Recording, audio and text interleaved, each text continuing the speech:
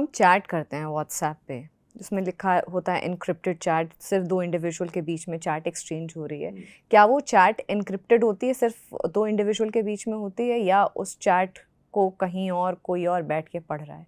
तो अगर डिक्रिप्ट करने की बात है तो डिक्रिप्ट तो किया जा सकता है, बट नॉट बाय एवरीबॉडी, है ना। जनरली जो उसकी एनक्रिप्शन की है वो उस कंपनी के पास है, तो कंपनी के पास हमारा सारा डेटा है। कंपनी के पास तो नेचुरली आएगा, उसका तो कोई अदरवाइज ऑप्शन नहीं है, बट वो एनक्रिप्टेड फॉर्म में है। अब 90% of the time, 99% of the time nobody is interested, वो डेटा कहीं ना कहीं है एनक्रिप्टेड फॉर्म में।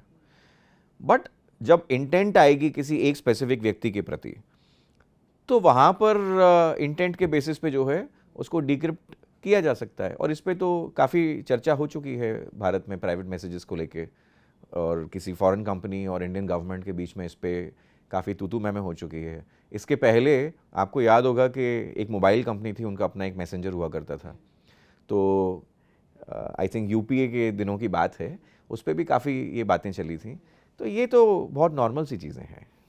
अच्छा, एक कल्चर की अगर मैं बात करूं तो सोशल मीडिया कितना बड़ा रोल प्ले करता है? आपको क्या लगता है कितना बड़ा एक रोल प्ले करता है एक कल्चर को गाइड करने में, ड्राइव करने में, इम्पैक्ट करने में? कल्चर क्या है? तो कल्चर तो एसेंशियली ये है कि हम जो कलेक्टिवली एक आचरण है, वो व्यवहार जो हम सामने लेके आते हैं, वही धीरे धीरे जब लॉन्ग टर्म बेसिस पे चलने लगता है तो वही कल्चर है। और जब उसमें बदलाव आने लगता है किसी दूसरे इन्फ्लुएंस से, हम कहते हैं कि भाई हमारा कल्चर। अब आप उसमें नॉर्मली क्या चाहते हैं? डिज़ायरेबल चीज़ें हों। तो माँ बाप की सेवा करना, उनका आदर करना, अपने बड़ों का आदर करना, सच बोलना, अश्लील चीज़ें नहीं करना, इस तरह की बहुत सारी चीज़ें हैं। जाके किसी की हत्या नहीं करना, एक अग्रेशन जो है लिमिटेड फॉर्म में रखना, केवल डिफेंस के लिए उसको यूज़ करना, ये हमारे भारत के समाज में बहुत सारे ऐसे कॉमन नॉर्म्स हैं जो irrespective of religious belief as a cultural format Bharat में खूब चला है। अब वो इफेक्ट हो रहा है। वो इफेक्ट कहाँ से हो रहा है? वो इफेक्ट हो रहा है जिस तरह का कंटेंट फॉरेन कंट्री से यहाँ पे आ रहा है। अब हर कंटेंट फॉरेन कंट्री से जो आ रहा है वो खराब नहीं है, लेकिन बहुत सारी ऐसी जो उनकी कंट्री से जुड़ी हुई बातें हैं जो हमारे देश के लिए शायद इररिलेवेंट है, राइट? जैसे जेंडर डिबेट भारत में अगर हम कहें तो कोई इतना बड़ा इशू नहीं है भारत के लिए, या भारत में ही ये शुरू हुआ ऐसा नहीं है। अमेरिका में खास करके जो है ये डिबेट चल रही है, लेकिन उस डिबेट से इन्फ्लुएंस एक भारत का बच्चा हो रहा है और वो सोचता है कि we should participate in this conversation. यही आप उस बच्चे को कह देते कि भाई ये चंद्रयान तो हो गया, अब अगला भारत का एस्ट्रोनॉट ऊपर जाएगा, तो एस्ट्रोनॉट का क्या करना चाहिए, इंटरनेशनल स्पेस स्टेशन होना चाहिए, वो हो सकता है उसमें डिबेट में लग सकता था, लेकिन उसे डिस्ट्रैक्शन आ गया। अब वो कोई दूसरी डिबेट कर रहा है जिसका उसके जीवन से कोई लेना देना नहीं है, राइट? तो मुझे ऐसा लगता है कि फॉरेन कॉन्वर्जेशंस जो हैं वो बिना किसी रोक टोक के, लाइक ऐसे कि बिना किसी कस्टम ड्यूटी के भारत में इंपोर्ट हो रहे हैं, और वो जो है हमारे माइंड को अफेक्ट कर रहा है। एक और उदाहरण दूं, ईगल पास पे किसी ने जाके एक वीडियो बनाया कि भाई इलीगल इमिग्रेंट्स आ रहे हैं। अब वो ईगल पास जो है अमेरिका में है, और वहाँ पे मैक्सिको की साइड से भर भर के लोग जो है अमेरिका में दाखिल हो रहे हैं, और हम लगे हैं उस चर्चा में। उसका हमारे देश से क्या लेना देना? हमारे यहाँ तो बांग्लादेशी इलीगल इमिग्रेंट्स इतने हैं, हमारे यहाँ तो रोहिंग्या इलीगल इमिग्रेंट्स इतने हैं, हम उसकी चर्चा छोड़ के हम कोई दूसरी चर्चा में लगे हुए हैं। तो ये जो डिस्ट्रैक्शन है, ये मुझे लग रहा है कि एक फिर उनका रिएक्ट करने का तरीका जो है, उन्होंने कहा भाई ब्लैक लाइव्स मैटर, और उसके ऊपर काफ़ी वहाँ पे आंदोलन छिड़ा, बाकी बातें हुई। हो सकता है कि हमारा एजिटेशन का तरीका अलग हो, लेकिन हम उनके जो तौर तरीके हैं उसको देख रहे हैं और उसको बड़ा कूल मान रहे हैं, और उसको कूल मान के जो है अपने यहाँ भी उसी तरीके से हम बिहेव कर रहे हैं, जिससे कि एक सोशल क्लैश क्रिएट हो रहा है। तो आई थिंक ये इस तरीके से बहुत बड़ा एक इफेक्ट जो है आ रहा है डेफिनेटली। और मुझे लगता है कि अगर कंटेंट पे थोड़ा सा कंट्रोल आएगा, ये भी एक इसमें इंपॉर्टेंट चीज़ है कि इन्फ्लुएंसर्स जिसे हम कह रहे हैं आज की तारीख में, उन्हें थोड़ी सी बहुत जिम्मेदारी इस पर डेफिनेटली लेनी पड़ेगी। लेकिन जब हम इन्फ्लुएंसर्स की बात कर रहे हैं, सोशल मीडिया इन्फ्लुएंसर्स की, बहुत सारे सोशल मीडिया इन्फ्लुएंसर्स हैं इस वक्त। आने वाले टाइम में रिस्पॉन्सिबिलिटी तो आपने एक बहुत अहम बात कही, फ्यूचर कहाँ देखते हैं इन सोशल मीडिया इन्फ्लुएंसर्स का? इन्फ्लुएंसर्स का फ्यूचर ये है कि सबसे पहले उनको अपने पीछे बहुत सारा अचीवमेंट भी लाना पड़ेगा। खुलके पे हमने एक पहल की, हमने कहा कि भाई अचीवर्स अगर हम कहें तो वैसे तो बहुत लोग बहुत कुछ कहाँ कहाँ अचीव कर रहे हैं, बट कुछ लोग ऐसा अचीव करते हैं कि उन्हें देश रिकॉग्नाइज करता है।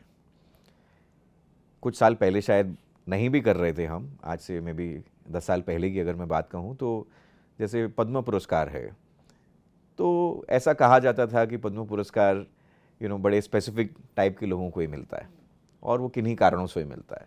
लेकिन आज की तारीख में हम जिस तरह के पद्म पुरस्कार विजेता देख रहे हैं, वो बड़ा कॉमन मैन है। वो चेहरा बड़ा अच्छा मेकअप, वो रगेड फेस है एक। वो ज़मीन पे काम करने वाले लोग हैं। किसी ने इतने पेड़ लगाए, किसी ने साफ़ सफाई के क्षेत्र में कुछ किया, किसी ने एजुकेशन के एरिया में कुछ किया, किसी ने अनाथ बच्चियों को प्रोटेक्ट करने के लिए सोसाइटी में बहुत सारा बलिदान दिया। इस तरह के लोग आ रहे हैं, ये अचीवर्स हैं। और आप अगर इनकी बातें सुनेंगे, मैं कहता हूँ कि बच्चों को ये बात डेफिनेटली सुननी चाहिए, स्टूडेंट्स को ये बातें डेफिनेटली सुननी चाहिए। बट मैं आज 46 बरस का हूँ, 46 बरस में जब मैंने उनकी वो बातें सुनी, मैं इन्फ्लुएंस हो गया। हमने उनसे जैसे पूछा कि भाई आपको जब पद्म पुरस्कार मिल रहा है, ये खबर मिली, तो कैसा लगा? एक व्यक्ति ने हमसे ये नहीं कहा कि मुझे लगा मेरे को रिकॉग्निशन मिल गया है। मैं नाम की चीज़ ही नहीं थी। उन्होंने कहा ये हमारा जो काम है इसको रिकॉग्निशन मिला, तो ये देख के जो है हमें बड़ी खुशी हो रही थी। अपने काम पर उनका सारा फोकस है। मेरे लिए इतनी बड़ी इंस्पिरेशन हो गई कि कोई मैं नहीं हूं, ये हम जो वेंचर लेके आए हैं खुल के, मैं नहीं हूं, काम है। और क्या काम है? इंडिया सेंट्रिक, भारत पर केंद्रित, भारत के इंटरेस्ट पर केंद्रित, यानी भारतीयों के इंटरेस्ट पर केंद्रित एक प्लेटफॉर्म बनाना है। मेरी सोच को उससे इतना बल मिला, इतनी क्लैरिटी आई कि हम आज की तारीख में प्लेटफॉर्म लॉन्च करने के बाद जो अपनी स्ट्रेटजीज बना रहे हैं, उसमें बहुत ज़्यादा हमारे को इस चीज़ से हेल्प मिली। तो आने वाले समय में जो इन्फ्लुएंसर्स होंगे, उनको ये ध्यान रखना पड़ेगा कि केवल अच्छे से वीडियोस एडिट करके अगर आप डाल देंगे और उसमें आपके विचारों में भी लीडरशिप आ सकती है, तो या तो आपको अपने विचारों की लीडरशिप इस्टेब्लिश करनी पड़ेगी, या आपको ज़मीन पे उतर के जो है कोई काम करना पड़ेगा। क्योंकि विचार भी उतना ही इंपॉर्टेंट है, और विचार से ही सारी चीज़ें शुरू होती हैं। कुछ लोगों में क्षमता होती है कि वो ऊंचे विचार रखते हैं, और अपने विचारों से जब चर्चा करते हैं किसी के साथ, तो लोगों के समक्ष जो है उस तरह का बड़ा गोल रखते हैं। तो वो भी हमारे को एक चेंज देखने डेफिनेटली मिलेगा। और ऐसा नहीं है कि सारे इन्फ्लुएंसर्स भारत में बेकार का काम कर रहे हैं। ऐसा एक छोटा सेगमेंट है भारत में जो बहुत बढ़िया काम कर रहा है। तो ऐसे जो इन्फ्लुएंसर्स होते हैं उनके साथ हम भी जुड़ना चाहते हैं। हम चाहते हैं कि हम उनके पास जाएं, उनसे बात करें, या वो हमारे प्लेटफॉर्म पे आएँ और दूसरे लोगों को लाकर यहाँ पर बहुत बढ़िया चर्चा करें। आपका खुद का भारत का प्लेटफॉर्म है, यहाँ आइए, यहाँ चर्चा कीजिए, ऐसा भी हमारा मन करता है। अच्छा, एक और जो बहुत बड़ा चैलेंज इस वक्त है वो है डीप फेक का चैलेंज। और यहाँ तक कि प्रधानमंत्री श्री नरेंद्र मोदी जी ने भी इसको मंच पर आकर के बोला कि एक वीडियो उनका बहुत वायरल हुआ था जिसमें वो गरबा करते हुए दिखाई दिए। उन्होंने कहा वो मैं नहीं हूँ, जो गरबा कर रहे हैं व्यक्ति वो मैं नहीं हूँ। अच्छा। तो ये डीप फेक को इस वक्त, क्योंकि ये सोशल मीडिया प्रोपेल कर रहा है ये डीप फेक, इससे डील करने का या इसको कॉम्बैट करने का, या ये कितनी बड़ी समस्या है इसका जो एआई है, क्योंकि एआई को लेकर के टाइम एंड अगेन बहुत सारी चर्चाएं हुई हैं कि चलिए कितना बड़ा ये बून है, कितना बड़ा बेन है, इसके फ़ायदे नुकसान, प्रोज एंड कॉन्स, बहुत चीज़ें हुई हैं। आपको क्या लगता है? सबसे पहले तो मैं बता दूं कि मुझे आपसे पता चल रहा है पहली बार कि वो जो गरबा वाला वीडियो है वो डीप फेक है। वो बड़ा कन्विंसिंग था, और मुझे लगता है कि उनके विरोधी और उनके समर्थक दोनों ये मान रहे थे, क्योंकि मैंने सोशल मीडिया पे जो भी चर्चा देखी, कि ये सच में वही है। अब बात ये है कि मुझे नहीं लगता कि कोई मेन स्ट्रीम मीडिया का ट्रेंड पत्रकार इस तरह की हरकत में जानबूझ के गिरता। 1-8% कोई हो सकता है जो कभी कोई शैतानी कर दे, वो तो आपको ट्रूएंट्स हर फील्ड में मिलते हैं। लेकिन इन जनरल आप ये विश्वास रख सकते हैं कि मेन स्ट्रीम मीडिया में कोई ट्रेंड जर्नलिस्ट अगर होंगे तो वो इस तरह की चीज़ नहीं करेंगे। बट सोशल मीडिया अपने विचारों को वायरल करने का एक इतना बड़ा माध्यम बन गया है कि एक खुराफात कर दी फेमस होने के लिए या बड़े टारगेटेड तरीके से किसी को बदनाम करने के लिए वो कर रहे हैं, तो सोशल मीडिया उन लोगों के लिए बड़ा अच्छा सोर्स है। अब डीप फेक का मतलब ये है कि बड़ा डीप काम हुआ है इसमें। वो फेक वीडियो नहीं है, वो डीप फेक वीडियो है। तो मुझे लगता है फैक्ट चेकिंग के माध्यम इसमें बहुत बदलने पड़ेंगे। डीप फेक बनाने के लिए आपको सामने वाला जो टारगेटेड पर्सन है उसका सारा ट्रेट, उसका कैरेक्टर, उसकी वॉइस, वो बात करते में हाथ कैसे हिलाते हैं, मुंह कैसे हिलाते हैं, एक एक चीज़ जो है उसमें कैप्चर की जाती है और उसके आधार पे जो है इस तरह के फिर वीडियोस को जनरेट किया जाता है। इसको तोड़ने का फिर एक तरीका वही है कि फिर इस पे और गहराई से जांच हो, क्योंकि आज की तारीख में जनरली, और ये ऐसे टारगेट जो हैं वो पब्लिक पर्सनैलिटीज़ ही होते हैं, तो जनरली उनके जो भी इंटरनेट पे दूसरे वीडियोस, फोटोज़, वॉइस अवेलेबल है, उसका और गहराई से जो है कोई सेपरेट एक कोड हो, वो उसको स्टडी करे और उसके बेसिस पे एक प्रोबेबिलिटी कम से कम दे सके कि प्रोबेबली फेक है, या कंक्लूसिवली कह सके कि ये डेफिनेटली फेक है। एक और तरीका ये होता है कि नॉर्मली ऐसे वीडियोस कहीं ना कहीं ऑलरेडी, जब ये कम से कम हल्की हरकतों के लिए, मीम के लिए यूज़ होता है, तो ऑलरेडी कोई वीडियो होता है और उसमें छेड़खानी करने के लिए एक फेमस पर्सनैलिटी का डीप फेक उसमें इस्टेब्लिश कर दिया जाता है। तो आप ये भी चेक कर सकते हैं कि भाई ऐसा कोई वीडियो इंटरनेट पे ऑलरेडी अवेलेबल है क्या, और उसके बेसिस पे जो है या फिर आप इसको डिक्लेयर कर सकते हैं और आपका प्रोग्राम जो है उसको फिर वीडियो जब आएगा तो उस पर डायरेक्टली उसको मार्क कर सकता है कि भाई ये फेक वीडियो है। बट अगर वो इंटरनेट पे ऐसा कोई पुराना वीडियो अवेलेबल नहीं है, इसको बहुत ही गहरी साजिश के आधार पे जो है बनाया गया है, तो फिर यही हो सकता है कि जनरली जितने भी उनके इंटरनेट पे वीडियोस अवेलेबल हैं उसमें उनका हाव भाव, उनका काम करने का तरीका या इस तरह की हरकत कभी और देखी गई कि नहीं देखी गई। कि जैसे प्राइम मिनिस्टर का डांस करना है, तो क्या प्राइम मिनिस्टर ने पहले भी कभी कहीं पे ऐसे डांस वगैरह किए हैं? तो ये अनयूजुअल अगर हरकत है तो फिर आप डेफिनेटली इसको रेड सिग्नल दे सकते हैं। मगर आने वाले टाइम में मुझे लगता है पीयूष कि ये बहुत बड़ा एक नेशनल थ्रेट भी हो सकता है अगर इसको सही तरीके से कॉम्बैट नहीं किया गया। तो क्रिमिनल ऑफेंस में इसको इंक्लूड करना आने वाले टाइम में, क्योंकि ये तो हम बैठ करके एक अपन कमरे में चर्चा कर रहे हैं, लेकिन अगर जब हम नेशनल थ्रेट की बात करते हैं तो एक बहुत बड़ा एक cause of concern, area of concern हो सकता है। तो आई थिंक इसको क्रिमिनल ऑफेंस में अगर एआई का हम अगर सही यूज़ या पॉजिटिव यूज़ नहीं करते हैं तो एक किसी चीज़ को नैप करना या टैप करना या किसी चीज़ को फ़िल्टर करना बहुत ज़रूरी हो जाएगा। डेफिनेटली ज़रूरी होगा। और जैसे आपने कहा कि सही यूज़, तो ये मैं वापस से कहूँगा कि टेक्नोलॉजी तो वही है, अब वो क्रिमिनल मेंटालिटी वाले लोग हैं और उसको किस तरीके से, किस लक्ष्य के लिए वो यूज़ कर रहे हैं, वो एक बहुत बड़ा इम्पॉर्टेंट एस्पेक्ट है। अगर इसका स्केल बेसिक लेवल पे है, it can still have a very distracting effect. लेकिन जैसे आपने कहा कि नेशनल सिक्योरिटी के लिए, नेशन के लिए ये काफ़ी हानिकारक हो सकता है कि भाई किसी लीडरशिप लेवल के आदमी के मुंह से कोई गलत बात कहवा दी जाए जिससे कि समाज में फूट पड़ जाए और वहाँ पे लोग ज़मीन पे जो है तू मैं कर रहे हैं या राइट्स हो रहे हैं या सिविल वॉर जैसी सिचुएशन हो रही है, तो वो रिस्क डेफिनेटली है। तो मेरा ख्याल है कि एक इम्पॉर्टेंट चीज़ ये है, और मैं जहाँ तक समझ रहा हूँ कि ऑलरेडी पीआईबी के थ्रू फैक्ट चेकिंग का काम शुरू किया गया है, तो कम से कम गवर्नमेंट लेवल पे सरकारों के द्वारा, सरकारी लोगों के द्वारा या पब्लिक रिप्रेजेंटेटिव्स के द्वारा जो बात कहीं पे पब्लिश हो रही है, ब्रॉडकास्ट हो रही है, उसको मॉनिटर करे सरकार, क्योंकि दे आर द बेस्ट जज कि ऐसा कुछ कहा भी गया है कि नहीं। ऐसे किसी इवेंट में, जैसे ये प्रधानमंत्री वाले इवेंट है, तो प्रधानमंत्री ऐसे किसी इवेंट में शामिल हुए भी थे या नहीं। तो ये तो सबसे बड़ा फ्लैग जो है सबसे पहले ही आ जाएगा। फिर हो सकता है कि कभी एक पर्सनल स्पेस के एरिया में किसी तरह के कोई वीडियोस जारी कर दिए जाएं। तो अगर वो पर्सनल स्पेस के एरिया में हो रहे हैं, वो किसी पब्लिक पर्सनैलिटी को लेके हो रहे हैं, अगेन इट इज़ इम्पॉर्टेंट कि जहाँ तक वो सरकार से संबंधित एरिया है, तो अगर पीआईबी को ये जिम्मेदारी की है तो बिटवीन पीआईबी एंड एनआईसी इस तरह का कोई संगठन तैयार किया जाए जो इसको मॉनिटर करे।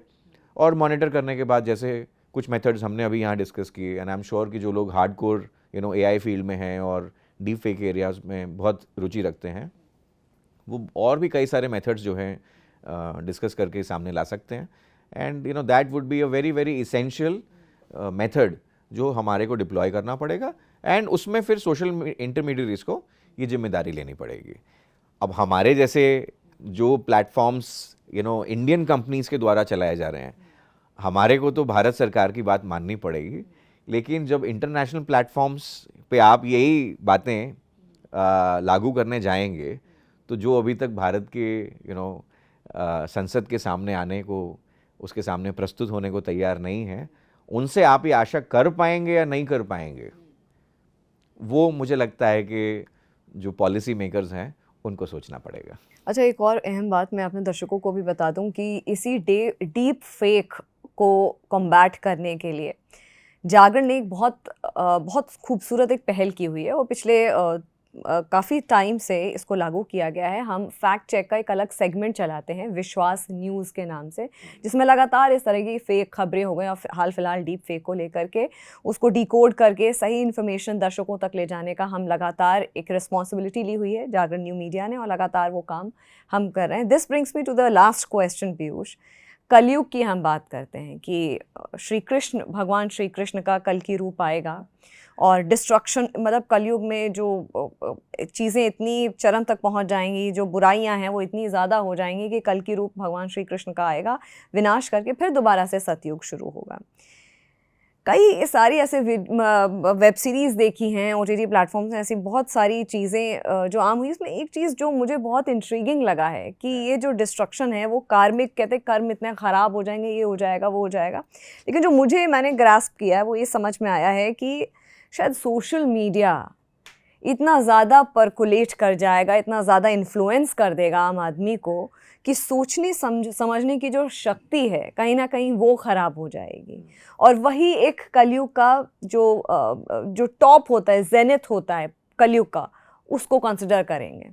आप कितना वास्ता रखते हैं इस बात से? मैं आपसे पूरा वास्ता रखता हूँ, और इसी कारण से हम क्योंकि खुल के लेके आए। हमने आपसे बिल्कुल शुरुआत में भी यही बात कही कि सोसाइटी को उससे क्या फ़ायदा हो रहा है। नुकसान तो बड़े सारे हो रहे हैं। आप अगर देखें तो अरब स्प्रिंग, सोशल मीडिया का बड़ा रोल रहा उसमें। Black lives matter, social media का बहुत बड़ा रोल रहा उसमें। फ्रांस में जो सिविल राइट्स हुए थे, बड़ा रोल रहा। भारत में नूह में वायलेंस हुई थी, बहुत बड़ा रोल रहा। इसके अलावा भी आपने जैसे कहा डीप फेक्स, अभी तक हमने जितनी बातें डिस्कस की हैं, अगर आप ध्यान दें तो हमने नेचुरली वही हाईलाइट किया है कि कहाँ सोशल मीडिया पे हो क्या रहा है, और हम कह रहे हैं कि इसको बदला जा सकता है। प्रॉब्लम टेक्नोलॉजी की नहीं है, प्रॉब्लम इंटरनेट की नहीं है, प्रॉब्लम यह है कि 20 साल में इसमें कोई पर्पस क्यों नहीं जुड़ सका, इसको मीनिंगफुल बनाने के लिए कोई पहल क्यों नहीं की गई। लोग वही हैं, यही लोग अपनी पर्सनल लाइफ में कहीं पर वीपी हैं, सीईओ हैं, डायरेक्टर्स हैं, डॉक्टर्स हैं, इंजीनियर्स हैं, बड़ा रिस्पॉन्सिबली काम कर रहे हैं इसी भारत में जो ग्रो कर रहा है। जो सरकार कहती है कि भाई आने वाले समय में हम $5 ट्रिलियन की इकोनॉमी भी बन जाएंगे, तो ये तो विदाउट पॉजिटिव कंट्रीब्यूशन नहीं होगा, वही लोग हैं। लेकिन वातावरण इस तरीके से बनाया गया है, और हमारा नेचर है, ह्यूमन नेचर है कि जिस तरह के, जैसे आप अगर मंदिर में जाएं तो कैसे बिहेव करते हैं, फिर घर जाएं कैसे बिहेव करते हैं, फिर ऑफिस जाएं कैसे बिहेव करते हैं, और फिर डिस्कोथेक जाएं। कोई डिस्कोथेक में जाके अपनी किताब लेके बैठता है क्या कि नहीं आज यहाँ पढ़ाई करेंगे? नहीं ना। जैसे हम वातावरण में रहते हैं हमारा नेचर है कि हम वैसे ही बिहेव करते हैं। इसी को मैं पहले कह रहा था कि हमारे पास जो विकल्प होते हैं ना, हम उन्हीं में से फ्री चॉइस करते हैं, उसके बाहर नहीं। ये इसलिए ज़रूरी है कि सही वातावरण सोशल नेटवर्क प्लेटफॉर्म पे होना चाहिए, और उस सही वातावरण को लाने के लिए सही टूल्स भी होने चाहिए। क्योंकि हमारे को ये बात 2016-17 में ही समझ में आ गई थी, तो इस कारण से हमने ये काम 16-17 में ही शुरू कर दिया।